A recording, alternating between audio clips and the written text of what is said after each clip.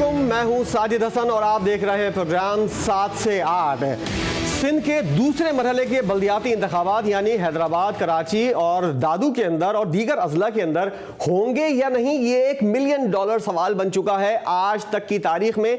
और अभी 7 बजे के बाद तक की जो अपडेट है वो ये सामने आई है कि कराची के अंदर 15 जनवरी को बल्दियाती इंतखाबात हो रहे हैं और इस बात का कैटेगोरिकली ऐलान किया है सिंध हुकूमत की जानिब से और इस बात को उन्होंने इंडोर्स किया है और उस दरखास्त को मुस्तरद कर दिया है सिंध हुकूमत की, जिसके अंदर ये मुतालबा किया गया था कि कराची की एक बहुत बड़ी जमात MQM पाकिस्तान, जिसका ये मुतालबा है कि जब तक हल्का बंदियां नहीं होती बल्दियाती इंतखाबात का इनेकाद ना हो। इस मुद्दे को लेकर और इस उनकी दरखास्त को लेकर पीपल्स पार्टी ने गुज़िश्ता रात गए एक प्रेस कॉन्फ्रेंस की उनके वज़ीर इत्तलात सिंध शर्जील इनाम अहमद साहब की जानिब से और उसके अंदर उन्होंने बल्दियाती इंतखाबात मुलतवी करने के लिए इलेक्शन कमीशन को एक दरखास्त जमा कराने का ऐलान किया था और आज सुबह यह दरखास्त जमा भी करवाई गई थी, जिसको इलेक्शन कमीशन ने मुस्तरद कर दिया यह कहकर कि कोई भी इल्तिवा इस वक्त इस पोजीशन के अंदर काबिल कबूल नहीं है और बल्दियाती इंतखाबात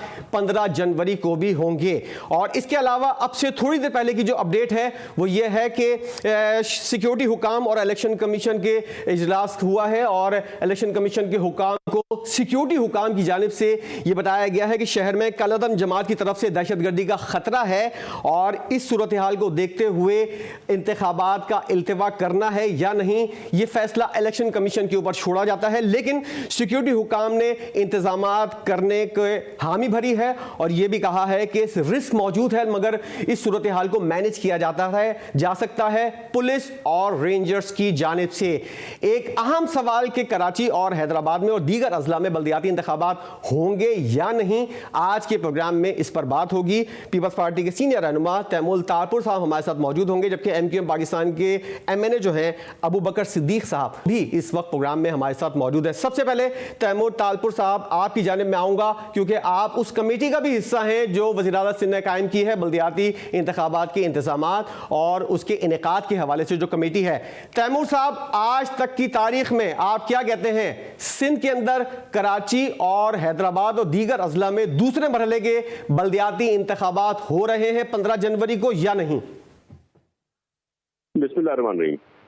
देखिए जी, ये जो शवाबदियत होती है, जो पावर्स होते हैं गवर्नमेंट के होते हैं। गवर्नमेंट के पावर्स जो है वो इलेक्शन कमीशन इस्तेमाल नहीं कर सकता और इलेक्शन कमीशन के पावर्स हम इस्तेमाल नहीं कर सकते।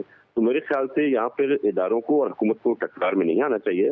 हुकूमत अपना काम अच्छी तरह से जानती है, कर रही है, अपनी जिम्मेदारी से बाखबर मालूम है और उसी जगह पर जो है इलेक्शन कमीशन को भी अपना काम करना चाहिए। हमने हमेशा इदारों की इज्जत की है, उनका ख्याल किया है और जो भी कानून कहता है उसी पर चलते हैं हम हमेशा। ये पाकिस्तान पीपल्स की पार्टी की पुरानी जो है तरीक़ेकार रहा है। आपने देखा है कि इस इलेक्शन में जो बहुत सी ऐसी पोलिंग स्टेशन हैं जो हसास और बहुत हसास करार दी गई है, उन पोलिंग स्टेशन पे हमेशा से रेंजर्स और फौज तैनात होती है।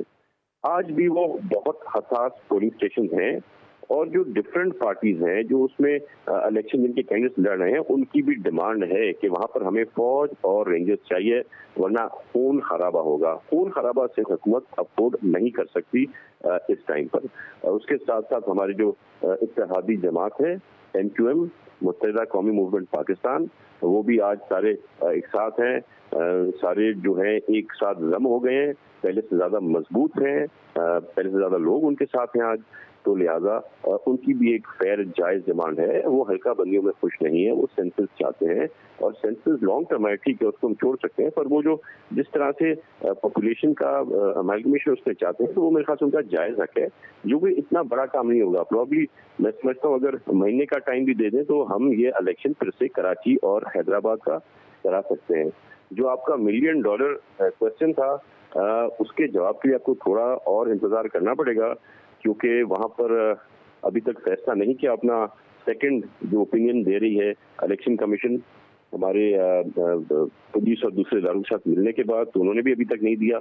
और एट द सेम टाइम जो पाकिस्तान पीपल्स पार्टी की लीगल टीम है वो भी अभी तक काम कर रही है। मेरे ख्याल से आधे से 1 घंटे में हम किसी कंसेंसस पे आ जाएंगे, पर जो अभी तक हमें नजर आ रहे हैं हम किसी सिचुएशन में इलेक्शन कराने के फेवर में नहीं है इन हालात में। जब तक रेंजर्स और पुलिस ना दी जाए। और जैसे कि मैंने आपको कहा, ये पावर्स भी आर्टिकल 10(1) के हिसाब से सिंध हुकूमत का है, तो हम उसको बिल्कुल इस्तेमाल करना चाहते हैं और करेंगे।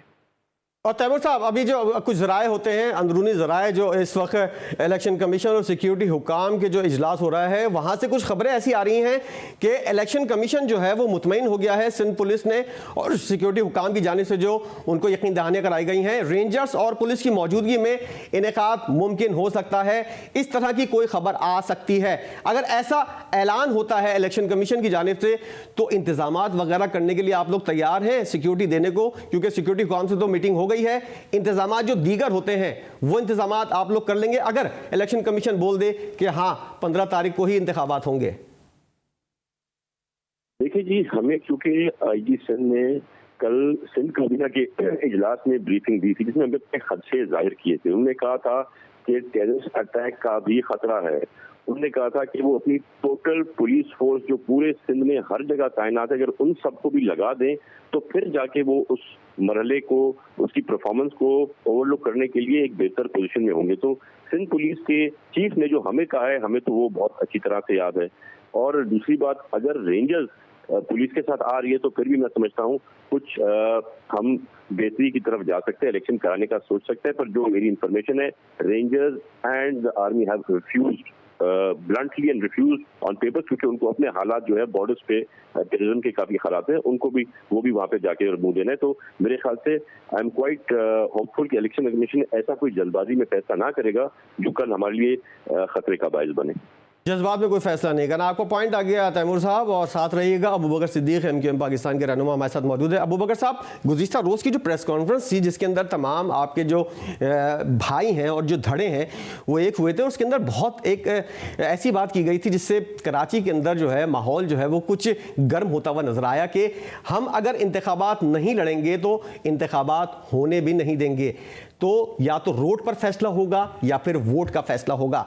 अभी आपका क्या फैसला है? अगर इलेक्शन कमीशन की जानिब से ऐलान हो जाता है 15 तारीख को ही बल्दियाती इंतखाबात होंगे, तो MQM पाकिस्तान कहां खड़ी है? देखें, सबसे पहले तो कोई भी अदारा हो या कोई भी जमात हो, सब आइन और कानून के ताबे रहकर काम करती हैं। इलेक्शन कमीशन एक अदारा है, लेकिन वो भी किसी न किसी आइन के ताबे हैं। हमारा मौक़िफ़ ये था कि जो इस वक्त कराची के अंदर डीलिमिटेशन के हवाले से हमारा मौक़िफ़ ये है, हमारे तहफ़्फ़ुज़ात ये हैं कि डीलिमिटेशन के हवाले से आबादी के तनासुब को गैर मुनसिफ़ाना तौर पे तकसीम किया गया और कहीं पे 30,000 और कहीं पे 90,000 पे यूसीज़ बनाई गई। अब ये जो उस वक्त डीलिमिटेशन हुई थी, ये आर्टिकल 10(1) के तहत सिंध गवर्नमेंट ने ख़त लिखा और उस पर फिर आर्टिकल 10(2) के तहत ये ECP की जिम्मेदारी थी कि वो उसको वहाँ पे जाकर हल्का बंदी करती है।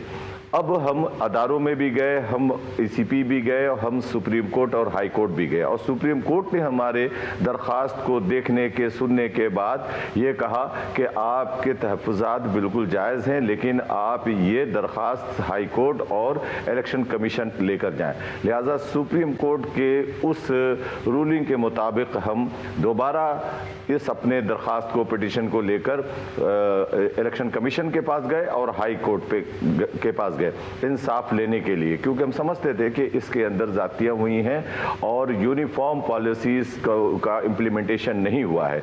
अब जहाँ तक बात है कि हम जो बातें कर रहे हैं वो हमारा मकसद ये है कि ये जो 10(1) के तहत सिंध गवर्नमेंट को ये इख्तियार हासिल है कि वो इलेक्शन कमीशन को, जैसे पहले उन्होंने ख़त लिखा था और उसकी बुनियाद पर इलेक्शन कमीशन ने 10(2) का इख्तियार इस्तेमाल करते हुए उन्होंने वहाँ पर हल्का बंदी की, तो आज वही सिंध गवर्नमेंट ने खत लिखा इलेक्शन कमीशन को और वो उन्होंने अपना उस ऑर्डर को वापस ले लिया। तो ये इख्तियार सिंध गवर्नमेंट है और इलेक्शन कमीशन।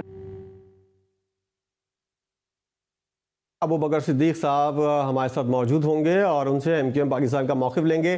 तैमूर, अगर आधे घंटे के अंदर ये फैसला हो जाता है कि बल्दियाती इंतखाबात कराची के अंदर और हैदराबाद के अंदर होंगे और इंतज़ामात के लिए भी आप लोग तैयार हैं, लेकिन जो तहफ़्फ़ुज़ात हैं MQM पाकिस्तान के उनको दूर किए बगैर आपकी जमात और आपकी पार्टी जो है आला क़यादत जो है वो इस बात पर राजी है कि अगर तहफ़्फ़ुज़ात MQM पाकिस्तान की दूर ना भी हुए तब भी एक इंतखाब कराना आपकी जिम्मेदारी है और उसके अंदर फैसिलिटेट करना आपकी जिम्मेदारी है, तो अपनी जिम्मेदारी भरपूर तरीके से आप अदा करेंगे?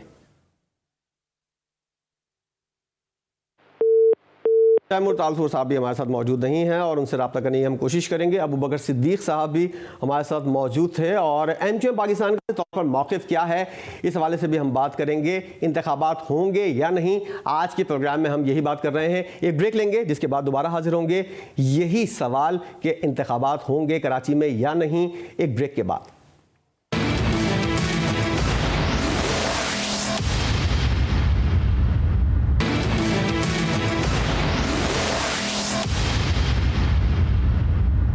Welcome back. कराची और हैदराबाद और दीगर अजला के बल्दियाती इंतखाबात के दूसरे मरहले की हम बात कर रहे हैं और इल्तिवा का चौथी बार शिकार हुए थे इंतखाबात, लेकिन इलेक्शन कमीशन ने इस इल्तिवा को नाकाम बना दिया पीपल्स पार्टी की दरख्वास्त को मुस्तरद करके।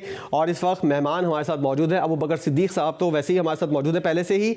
इस वक्त हमें स्टूडियो में ज्वाइन किया है जनाब उसामा रजी साहब, रहनुमा जमात इस्लामी है, और रफ़ीउद्दीन फैसल साहब महाजिर कौमी मूवमेंट से आपका ताल्लुक़ है, जबकि आलमगीर खान साहब PTI के अहम रहनुमा हैं, वो भी हमारे साथ इस प्रोग्राम का हिस्सा होंगे। उसामा रजी साहब, ज़रा बताइएगा, आपकी जानिब से कहा गया था कि बल्दियाती इंतखाबात का इल्तिवा जो है वो किसी सूरत कबूल नहीं होगा, और जब इलेक्शन कमीशन की जानिब से कहा गया कि 15 तारीख को ही बल्दियाती इंतखाबात होंगे, तो आप लोगों की तरफ से जो एहतजाज था इलेक्शन कमीशन के बाहर, उसको भी मुलतवी कर दिया गया था। अब ये इत्तलात सामने आ रही हैं और कुछ मुसद्दिक़ा ज़राए इस हवाले से बता रहे हैं कि सिक्योरिटी हुकाम से जो मुलाकात हुई थी इलेक्शन कमीशन के हुकाम की, उसके बाद कुछ फैसला आगे पीछे हो सकता है, मतलब कि इंतखाबात हो भी सकते हैं, नहीं भी। अगर ऐसा कोई फैसला होता है कि बल्दियाती इंतखाबात ना हो, फिर आपका और आपकी जमात का क्या फैसला होगा? दोबारा एहतजाज की कॉल देंगे? बहुत ही अच्छी गुफ्तगू किया आपने बतौर इंट्रो, और सवाल भी बहुत अच्छा है, और आपने एक लफ्ज़ भी बड़ा अच्छा इस्तेमाल किया है कि चौथी दफ़ा शिकार हो गया इल्तिवा का। तो ये मुल्क जो है ना, ये शिकारगाह है ये, और इसमें शिकारी हैं जो कि यहाँ पे निशाने लिए बैठे हुए हैं, और जिनकी नज़र में ना कानून है, ना आइन है, ना मुल्क है। 70, 72, 75 साल हो गए इस मुल्क को, इस मुकाम तक पहुँचा दिया इसको कि ये बांग्लादेश से भी पीछे खड़ा हुआ है। इस तरह से चलाया जा रहा है इस मुल्क को। इस मुल्क में कोई आइन है, कोई कानून है, या ये मुल्क सिर्फ ताकतवरों की चरागाह है?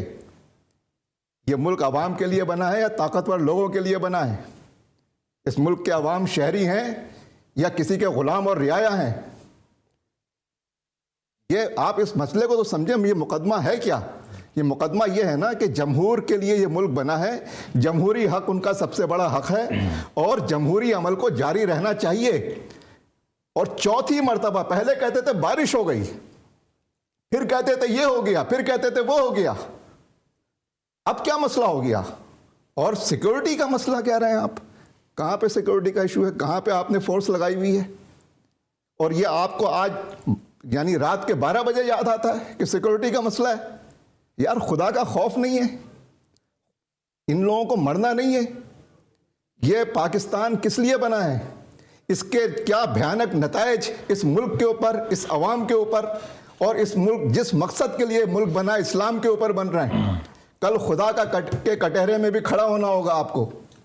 आप सिर्फ ताकत के नशे में चूर हैं, जो चाहो करवा दो। इंसानों को आप सोचें जरा, इस मुल्क में हम अपनी आंखों से देख रहे हैं, पार्टियों को तकसीम कर दिया, कमाल कर दिया, पार्टियों को हाँक के जमा कर दिया, कमाल कर दिया, और इसके ऊपर आप इसके ऊपर बड़े जोम में मुब्तला होते हैं कि आपने बड़ी ताकत का मुजाहरा किया। यह दुनिया का पसमानदा तरीन मुल्क आपने इसके नतीजे में बना दिया है। इस मुल्क को वहां खड़ा कर दिया है कि आज बांग्लादेश भी आपको मुंह चढ़ाता है। बात तो बिल्कुल सही है कि तजर्बा गाह बना दिया है, उसके बाद इस मुल्क का जो हाल है वो सबके सामने है। अगर होते हैं और नहीं होते, इन दोनों सूरतों में होते हैं तो आपका स्टांस क्या है ये तो सबको पता है। इस मुल्क के अवाम को देखना चाहिए। इस मुल्क के अवाम बेदार हो रहे हैं। इस पूरे अमल के नतीजे में ये पूरा प्रोसेस एक्सपोज हो रहा है। अवाम बाशऊर हैं। देखिए, आप कराची में निकलिए, गली के एक आम फर्द को पकड़िए, एक आम लड़के को पकड़ के पूछिए कि ये क्या तमाशा और ड्रामा हो रहा है, वो आपको सब बता देगा। सबको पता है ड्रामा हो रहा है। सबको उसामा पता भाई, है अगर सर, मुलतवी हो गए अब क्या ये करेंगे? बहुत बड़ा पोटेंशियल है, ये रफी बहुत भाई- बड़ा पोटेंशियल है। रफी भाई जरा बताइएगा, आप एज अ सियासी वर्कर आपके इत्तलात क्या हैं और आपको क्या ऐसा लगता है कि आने वाले दिनों के अंदर 15 तारीख को बल्दियाती इंतखाबात हो रहे हैं या नहीं, आपकी इत्तला के मुताबिक? ये हाइट ऑफ अनसर्टेनिटी है अभी भी? एक दिन जी, कल रात 12 बजे इलेक्शन नहीं हो रहे थे, आज रात 12 बजे इलेक्शन हो रहे होंगे, कल रात 12 बजे दोबारा हो सकता है कि इलेक्शन ना हो रहे हों। अब 1-2 दिन के नोटिस पे ये जो स्पाइक्स क्रिएट हो रहे हैं, इलेक्शन लड़ना है नहीं लड़ना है, मीटिंग्स करनी है नहीं करनी है, लोगों से राब्ते रखने हैं नहीं रखने हैं, तो एक हाइट ऑफ सर्टेनिटी तो है। तो अब इसमें तो कोई चीज़ प्रेडिक्ट नहीं की जा सकती, सारे तज्जिए बेकार हैं। एक दिन में वो चले जाते हैं, एक दिन में वो दूसरी बात कर लेते हैं, फिर एक बात हो जाती है। कल जो लोग प्रेस कॉन्फ्रेंस कर रहे थे वो आज दूसरी प्रेस कॉन्फ्रेंस कर रहे हैं। बज़ाहिर तो ऐसा लगता है कि इलेक्शन नहीं होंगे।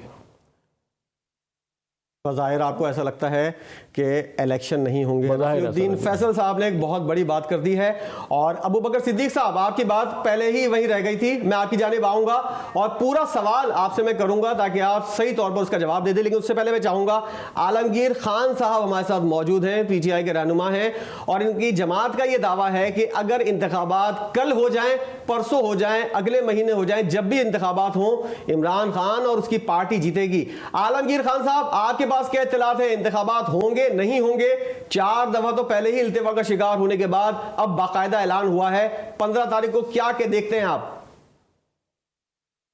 देखिए, ये वही जो इमरान खान का कहना है कि हकीकी आजादी चाहिए कौम को, ये उसका मुंह बोलता सबूत है कि चंद लोगों की ख्वाहिश और मफाद के खातिर 2-2.5 करोड़ की अवाम की हक तलफी हो रही है इस वक्त। चंद लोग जाते हैं, एक छोटा सा एहतजाज करते हैं कि इलेक्शन को ना होने दिया जाए, और आप 2 करोड़ अवाम का आप, और ये वो लोग हैं यानी पीपल्स पार्टी जिसने सड़कें छीनी, पानी छीना, कचरा दिया, आपके पार्क्स छीने, एक अंधेरे की तरफ कराची को ले गए, और अब वोट का हक भी छीन रहे हैं। और ये पहली बार नहीं, दूसरी बार नहीं, तीसरी चौथी बार किया जा रहा है। ये बड़ा जुल्म है कराची के साथ, और ये बिल्कुल वही हुआ जो इस्लामाबाद में किया गया। वहां भी इन्होंने इलेक्शन को आखिरी दिन 2 दिन पहले मुलतवी कर दिया, और फिर जब हमने नेशनल असेंबली में 127 इस्तीफे दिए तो 127 इस्तीफे कबूल नहीं किए, बल्कि अपनी मर्जी के मुताबिक, अपनी मंशा के मुताबिक उसमें से 11 इस्तीफे कबूल किए और 9 हल्के पर इलेक्शन हुए जाकर। और उसमें आपने देखा कराची के भी हल्के मौजूद थे, हमने भारी अक्सरियत से शिकस्त दी इन लोगों को, पीडीएम की 13 जमातों को शिकस्त दी। इसीलिए हम दावा करते हैं कि जब कभी इलेक्शंस होंगे, तहरीक इंसाफ की मकबूलियत से खौफजदा हैं ये लोग, और इसमें कोई दो राय नहीं कि आने वाले इलेक्शंस में हम अक्सरियत हासिल करेंगे। वो चाहे आमिर लियाकत मरहूम की नशिस्त पे ज़िमनी इंतखाबात हो या कोरंगी की नशिस्त पे ज़िमनी इंतखाबात हो, हमने एक अकेली जमात ने 13 जमातों को शिकस्त दी। तो हम चाहते हैं कि कल नहीं आज हो, लेकिन ये कभी नहीं चाहते, और इसकी बड़ी वजह है इस वक्त 246 यूनियन काउंसिल्स हैं कराची की। MQM सिर्फ 150 यूनियन काउंसिल्स पे अपने उम्मीदवार लड़वा रही है, बाकी कहीं उनके उम्मीदवार ही नहीं है। ये उनकी तंजीमी सेहत है इस वक्त, और उस जो 150 यूनियन काउंसिल है वहां भी इनके पास नीचे काउंसलर मौजूद ही नहीं है लड़वाने को। ये खान साहब एक बात बताइए, आपको नहीं लगता कि हल्का बंदियों का वाकई मसला है पाकिस्तान कराची के अंदर? 3 करोड़ की आबादी को 1.5 करोड़ गिना जाएगा, आपको ये मसला ही नहीं लगता? या आप समझते हैं कि इसके ऊपर भी बात होनी चाहिए और हल्का बंदियां हुए बगैर इंतखाबात का कोई फायदा नहीं है? पाकिस्तान तहरीक इंसाफ का इस हवाले से क्या स्टांस है कि हल्का बंदियां होनी चाहिए या नहीं, या बल्दियाती इंतखाबात करके जान छुड़ाई जाए? देखिए, होना तो सब कुछ चाहिए, लेकिन क्या ये वक्त है? ये होना तो कराची में लॉ एंड ऑर्डर का मसला, पिछले 1 साल में 350 लोग मारे गए स्ट्रीट क्राइम में, 19,000 मोबाइल फोन छिन गए लॉ एंड ऑर्डर में। आज इनको लॉ एंड ऑर्डर याद आ रहा है इलेक्शन के वक्त। होना तो ये हल्का बंदियां, क्या सेंसस भी होना चाहिए था, क्यों नहीं कराया गया पिछले 8-9 माह में? वजारतें ले ली, गवर्नरशिप ले ली, एडमिनिस्ट्रेटर बना लिए, तो ये भी करवा देते। एक दिन पहले याद आ रहा है इनको। ये सवाल MQM के रहनुमा अबू बकर सिद्दीक साहब हमारे साथ मौजूद है। खान साहब, बहुत अहम सवाल आपने उठाया है। अबू बकर सिद्दीक साहब, पूरी बात जब आप कर रहे थे तो कुछ मिसिंग हो गया। जब आप सुप्रीम कोर्ट गए थे, उसके बाद जब आप इलेक्शन कमीशन गए थे, तो election commissioner, chief election commissioner का क्या कहना था वो भी तो आवाम आवाम को बताएं कि उनका ये कहना था कि आपको इतनी देर के बाद ये चीजें क्यों याद आती हैं, इकट्ठा आप चीजें लेकर क्यों नहीं आते, जब शेड्यूल जारी हो गया उसके बाद आपको हल्का बंदियां याद आ रही हैं। जब वो वक्त था आपने गवर्नरशिप ले ली, जब वो वक्त था बात करने का आपने अपना एडमिनिस्ट्रेटर लगा लिया, अब जब शेड्यूल जारी हो गया है आपको हल्का बंदियां याद आ रही हैं। इतना लेट क्यों किया आपने? मेरे ख्याल से आपको मैं दुरुस्त करना चाहूँगा इस हवाले से कि जैसे ही ये डिलिमिटेशन का सिलसिला शुरू हुआ, जिस यूसी में आज से 4 माह कबल जिस यूसीज के अंदर इस तरह की सूरत हाल हुई थी, चाहे वो हैदराबाद हो, चाहे वो अंदरून सिंध के शहर हो, चाहे वो कराची हो, हमने फौरी तौर पे पिटिशन बनाई, दरख्वास्त बनाई और इलेक्शन कमीशन में जाके जमा कराया और अपनी दरख्वास्त हाई कोर्ट में दिया। हाई कोर्ट ने हमारे दरख्वास्त को सिंध हाई कोर्ट ने एंटरटेन नहीं किया और कहा कि ये इलेक्शन कमीशन का मामला है। हम इलेक्शन कमीशन चले गए, इलेक्शन कमीशन से फिर हम सुप्रीम कोर्ट चले गए। सुप्रीम कोर्ट के अंदर चीफ जस्टिस की सरबराही में 3 रुकनी बेंच ने इस केस की हेयरिंग की और रूलिंग में मौजूद है। उन्होंने इस बात को तस्लीम किया, हमारे उस मौक़िफ़ को तस्लीम किया कि हाँ, जो यूसीज तकसीम बनाई गई हैं कराची में कहीं पे 30,000 और कहीं पे 90,000, ये गैर मुनसिफाना तकसीम है और अगर कहीं पे वेरिएशन होता है तो 5 से 10% की तो गुंजाइश है, लेकिन 200% और 300% की गुंजाइश नहीं है। लिहाजा इस बात को तस्लीम करते हुए सुप्रीम कोर्ट ने हमें ये कहा कि आप अपने इस मुद्दा को जो जायज़ है, लेकिन आप सिंध हुकूमत और इलेक्शन कमीशन में लेकर जाए। अदालत के उस रूलिंग के बाद, उस अहकामात के बाद हमने उस हिदायत के मुताबिक अपने केस को हाई कोर्ट लेकर गए और ईसीपी लेके गए, इलेक्शन कमीशन लेके गए। हमारा सिर्फ इतना सा सवाल था कि कम अज कम जब कोई पिटिशनर आता है तो उसके तमाम चीज़ों को सुननी चाहिए।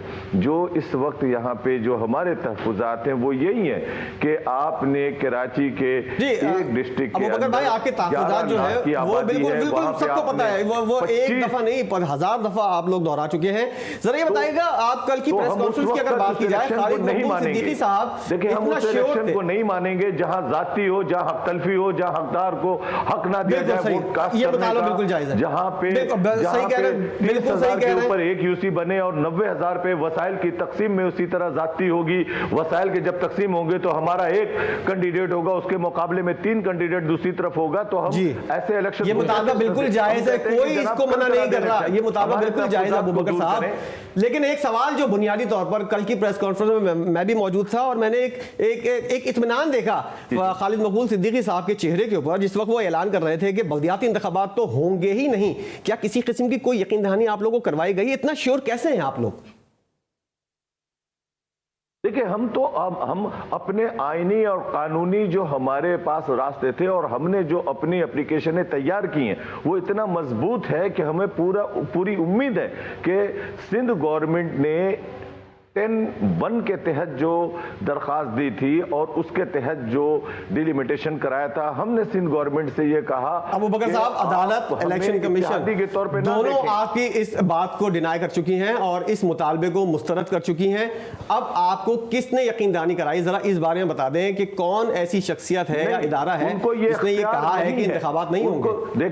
देखें ईसीपी भी एक अदारा है, वो भी कानून और आइन के दायरे में रहकर ही काम, वो काबिल एहतराम अदारा है। लेकिन ये सिंध गवर्नमेंट का जहां इस्तेकाक है वो सिंध गवर्नमेंट इस्तेमाल करेगी, जहां फेडरल गवर्नमेंट का इस्तेकाक है आइनी वो इस्तेमाल करेंगे, और जहां पे ईसीपी का है वो ईसीपी का इख्तियार उस वक्त होगा जब 10(1) के तहत सूबे को इख्तियार है, सिंध गवर्नमेंट को इख्तियार है। जी देखते अभी कुछ देर के बाद एक इलेक्शन कमीशन की जानिब से हो सकता है कर लिया, कुछ देर के बाद हो सकता है इलेक्शन कमीशन की जानिब से वाज़े तौर पर इस बात का भी ऐलान हो जाए कि अब फाइनली इंतखाबात होंगे या नहीं। और अभी हम ब्रेक लेते हैं और हम बात करेंगे। रफ़ीउद्दीन साहब और उसामा रज़ी साहब हमारे साथ मौजूद हैं और ये दोनों भाई बराबर बैठे हुए हैं। आफाक अहमद साहब ने गुज़िश्ता रोज़ कुछ रोज़ पहले एक प्रेस कॉन्फ्रेंस की थी, उसमें जमात इस्लामी के बारे में जो बातें की थी उस हवाले से भी हम बात करेंगे। दोनों भाई यहाँ पर मौजूद हैं और उनसे ये जानने की कोशिश करेंगे क्या ये सिर्फ इल्ज़ामात है या इनमें कोई हकीकत भी है। एक ब्रेक के बाद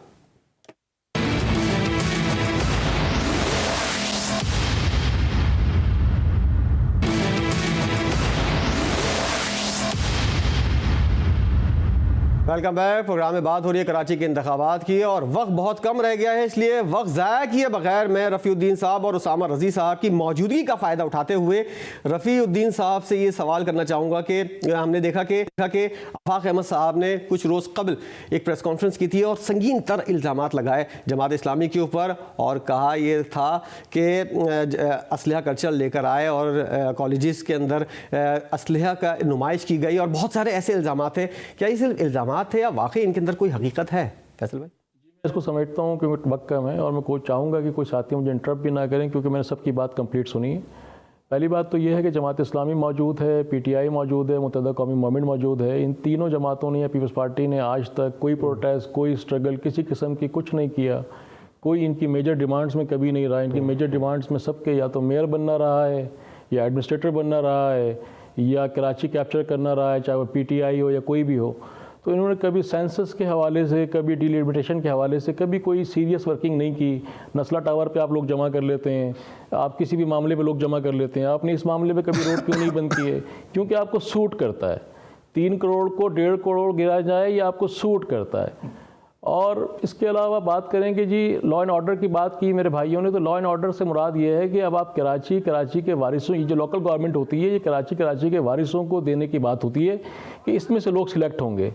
इससे पहले तो जैसे पकड़ धकड़ करके चल रहा था, एजेंसीज भी इस्तेमाल हो रही थी, सब चीज़ें इस्तेमाल हो रही थी, कराची जिसको चाहे दे दिया। अब कराची जब आप लोकल गवर्नमेंट में सिलेक्शन करते हैं वो सिलेक्शन आपके गले में फंस जाएगी क्योंकि लोग नहीं पसंद करेंगे, उसके नतीजे में झगड़ा ही होगा आपका। तो बाकी आपने जमात इस्लामी की बात की तो मेरा ख्याल ये बात ढकी छुपी नहीं है कि जब यहाँ पे मुहाजिर कौमी मूवमेंट का कोई वजूद नहीं था तो PSF और जमात हुआ करती थी। उनका अपना एक तरीक़ेकार था ज़िंदगी गुजारने का, वो सबकी नॉलेज में है। उसके बाद मुत्तहदा आई तो डेफिनेटली जो कल्चर था उस कल्चर को उसी तरीके से काउंटर किया गया। मुहाजिर कौमी मूवमेंट आई तो जो इल्ज़ामात लगाए वो इल्ज़ामात नहीं है, वो तो प्रूवन है, उसमें तो कोई इस तरह की बात है नहीं। जहाँ तक हाफिज़ नईम साहब का मामला है, मैंने भी उसके ऊपर अर्ज़ की कि हाफिज़ नईम साहब जब बात करते हैं तो ये इशूज़ को डिफ्यूज़ करने की बात करते हैं। कौम कहीं जाग रही होती है, जमा हो रही होती है, किसी इशू पे बात कर रही होती है, वहाँ जाके उनको बहला फुसला के वापस आ जाते हैं, वो इशू डिफ्यूज़ हो जाता है, इशू ख़त्म हो जाता है रिजॉल्व होने के बजाय। ऐसे कितने इशूज़ हैं जिसके ऊपर काम हो गया और वो इशू रिजॉल्व हो गया और ये मसले हल हो गए हैं लोगों के। सिर्फ पॉलिटिक्स। PTI का तो अब मतलब उसमें क्या कहें PTI के हवाले से।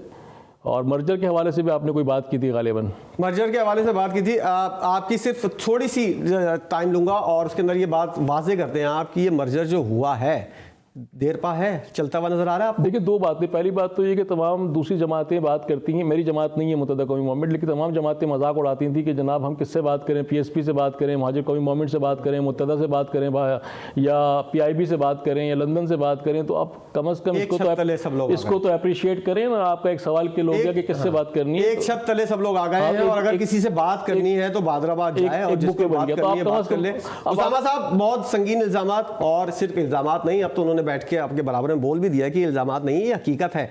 इतनी बड़ी सच्चाई आपने आवाम से छुपाई और आप तो बड़ा मासूम बनकर आ जाते हैं आवाम के सामने कि हमारी जमात जो है वो तालीम के ऊपर तवज्जो देती है, सेहत के ऊपर तवज्जो देती है, असलिया कल्चर भी तो फरोग दे रही है। अलशब्स और अलबदर किसने बनाई थी? सादगी पे कौन ना मर जाए खुदा, क्या बात की है यार आपने। यार भाई, मैं आपको एक बात बता दूं, मैं इन लोगों को ना सियासी लोग समझता हूं, ना मैं इसको सियासी पार्टी समझता हूं और ना मैं इसको समझता हूं कि इस किस्म की बातों का मैं कोई जवाब दूं। मैं आपको सिर्फ एक बात कहता हूं कि ये जो मुल्क है ना, इस मुल्क को चाबी से चलने वाले खिलौने की तरह अगर चलाने की मसाइल से तवज्जो क्यों डाइवर्ट करते हैं आप? अरे सर, मसाइल के ऊपर इस शहर में किसने बात की है? सेंसस के ऊपर किसने बात की है? कोटा सिस्टम के ऊपर किसने बात की है? शहर कराची के बुनियादी मसाइल के ऊपर कोई और पार्टी है? यार आप छोड़ दें मुझे, आप किसी भी इस वक्त जितने इदारों ने सर्वे कराए हैं उनमें से किसी भी इदारे के पास जाएं, उनसे कहें यार सर्वे बताना पब्लिक क्या कह रही है। सर ये नहीं कह रहे सर, आप मेरी भी बात सुने सर, मैंने आपकी बात सुनी है अभी। जी, हौसला रखें। मैं ये बात मैं आपको बता दूं कि ये जो शहर कराची की आवाज़ है ना, ज़ुबान खल्क को आप नक्कारा खुदा समझिए और पूरा शहर इस वक्त ये बात, यही तो वजह है इलेक्शन नहीं कराने की। और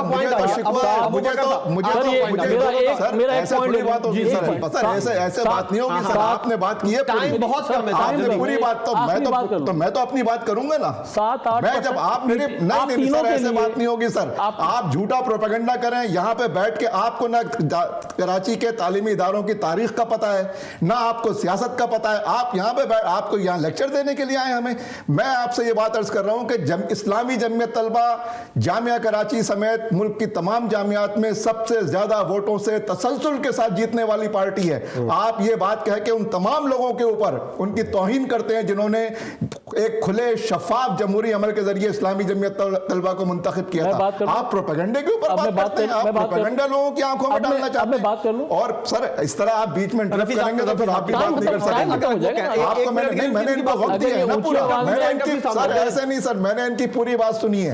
ये कोई तरीका नहीं चलेगा कि आप जो है अपनी बात पूरी करें और दूसरा अपनी बात कर रहा हो तो आप बीच में इंटरप्ट करना शुरू करते हैं। आपने मुझे नहीं ऐसे बात पहले कंप्लीट नहीं हुई थी। आप कहते हैं कि कंप्लीट नहीं हुई है सर, बात करने के कुछ तरीके और आदाब होते हैं सर। आप सही फरमा रहे हैं। आपका प्रोपेगेंडा सुनने के लिए सर आप अपनी पार्टी को तो चेक करें, वो पार्टी क्या है, वो पार्टी है या वो कुछ और है? वो तहरीक। आप छोड़े यार, क्या बात कर रहे हैं? राष्ट्रों की सियासत नहीं, क्या बात कर रहे हैं यार? आप बात कर लें। आप देखिए इस काबिल भी नहीं है कि इनको इसमें हाथ के लाया जाता। किसी की आवाज नहीं जाएगी। जरा आप बात कर लें। मैं बात कर रहा हूं यार, ये हमें हाथ के लाया गया और ये आ रहा हूं आपके तरफ जी। देखिए दो बातें, पहली बात तो ये है कि हेल्दी डिबेट किया करें। इस किस्म की गुफ्तगू अगर आप करेंगे कल आप हेल्दी डिबेट आप कंडक्ट करेंगे, कल आप हेल्दी डिबेट रखें यार। चलिए आप क्या कह रहे हैं? कल एक्सक्लूसिव हेल्दी डिबेट रखें आप इसी सब्जेक्ट पे। मैं हाजिर हूं क्योंकि टाइम खत्म हो रहा है। एक बात और कि 7-8% के टर्नआउट के ऊपर जो टार्जन बन रहे हैं ना सारे, तो इनको नहीं पता कि 100% का टर्नआउट है क्या बुनियादी तौर पे और उसका रिजल्ट क्या आएगा। अच्छा, ये 7-8% बोल रहे हैं। 7-8% 10% के टर्नआउट के ऊपर जो टार्जन बन रहे हैं, इलेक्शन मुलतवी हो जाए, जमहूरी अमल सबूतास हो जाए, इस मुल्क की रेल मार दी जाए, कोई गरज नहीं है सर। मसला क्या है? वो 50 साल पहले की अनदेखी झूठी कोई तारीख लाके यहाँ पे कह रहे हैं इसके ऊपर बात करें। यहाँ परसों इलेक्शन है, ये अवाम का इतना बड़ा हक है, बस खुदा को जवाब नहीं देना है क्या? कितने लोगों का इलेक्शन है? क्या बात कर रहे हैं आप? आखिरी सवाल आप दोनों से, आखिरी सवाल, कितनी अवाम का इलेक्शन है? जो बातें थी कभी कितनी अवाम का इलेक्शन है? मेरा आदमी का भी इलेक्शन होगा तो वो उसका बुनियादी हक है, खुदा का दिया हुआ हक है, ये कोई उसको नहीं छीन सकता। मेरा आखिरी सवाल आप सुन लें, परसों अगर इंतखाबात हो रहे हैं, आपकी जमात कितनी सीटें ले रही है? जरा ये वाज़ेह जवाब देते हैं सर। अवाम को राय अम्मा तो ये कह रही है कि हम जो है ये राय, देखिए मेरा शहर कराची जमात इस्लामी के साथ खड़ा हुआ है इस वक्त। आप सर्वे करवा लें, 200 आप सर्वे करवा लें। ये ऐसे मैं कोई नजूमी थोड़ी हूँ यार। अच्छा, मैं एक जमहूरी टारगेट तो होगा ना, इतनी तो हमारी जेब में है। हम अक्सरियत की तरफ जा रहे हैं, अक्सरियत की तरफ जा रहे हैं। रफी भाई जरा बताइएगा, महाजिर कौमी मूवमेंट कल के महाजिर कौमी मूवमेंट ने जहां से अपने कैंडिडेट खड़े किए हैं, जिन हलकों को इस काबिल समझा है कि जहां बहुत बदमाशी नहीं हुई है, अच्छा, लोगों को प्रॉपर गिना गया है, वहां हमने अपने कैंडिडेट्स खड़े किए हैं। और हमें बड़ी अल्लाह की ज़ात से उम्मीद है कि अगर कोई दादागिरी, बदमाशी या पिछले मामलात नहीं हुए इलेक्शन में, जिस तरह फायरिंग और कत्ल हुए हैं, तो इंशाल्लाह ताला, और मेरा ख्याल है जिससे पूछेंगे उसका जवाब यही होगा। तो सवाल कोई ऐसा सवाल कर ले जिसका लॉजिकल जवाब आ जाए। अबू बकर साहब, आपकी जमात कितनी सीटें ले रही है? अगर इंतखाबात हुए, आपने हिस्सा लिया जब, अगर हल्काबंदियां नहीं हुई और इंतखाबात हुए तो बाइकआउट की तरफ जाएंगे या इंतखाबात में हिस्सा लेंगे? दोनों सवालों का जवाब दे दीजिएगा। बाइकाट की बात ही नहीं है। हम ये समझते हैं कि अगर ये आप होने नहीं देंगे इंतखाबात, तो ये गैर आईनी, गैर कानूनी, उसकी कोई हैसियत नहीं होगी, क्योंकि जो इंतखाब आइन और कानून से बालातर होकर हो उसकी कोई हैसियत नहीं होगी। उसको उस इंतखाब के रिजल्ट को कोई तस्लीम नहीं करेगा, क्योंकि जो गैर आइनी होगा, जो गैर कानूनी होगा, उसकी कोई हैसियत नहीं होगी। तो फिर ऐसे इंतखाबात जो गैर आइनी और गैर कानूनी तौर पर हो, उसका क्या फायदा? गैर कानूनी तरीके से इंतखाबात हों, देखिए शिकस्त नविश्ता दीवार है। ये जिस तरह से बोलते हैं और जिस तरह से नहीं बोलते हैं, ये दुनिया को पता है यार। छोड़ें आप इनकी बात। इस मुल्क के अंदर आइन और कानून पे अमल होना चाहिए। लेक्चर आप दे रहे हैं, हर आदमी की बात पे आप ऊपर से आ जाते हैं। आप बीच में बोलने का राइट नहीं है आपको। लेक्चर आप दे रहे हैं। आइन और आप अपनी बारी पे बात करें ना। बारी आपकी आई थोड़ी है अभी उनको आलमगीर सिंह। मैं बहुत शुक्रिया अदा करना चाहूंगा रफी साहब, आइन और कानून के तहत मुल्क चलेगा तो मुल्क चलेगा। सिद्दीक साहब हमारे साथ मौजूद थे और रहनुमा पीटीआई आलमगीर साहब हमारे साथ मौजूद थे। बहस आपने देखी, फैसला आवाम के हाथ में है। इंतखाबात होंगे तो अवाम किसको मुंतखब करेगी, और अगर नहीं हुए तो फिर अवाम इसी तरह रुलती रहेगी। प्रोग्राम आपने देखा, देखने का बहुत शुक्रिया। अल्लाह हाफिज़।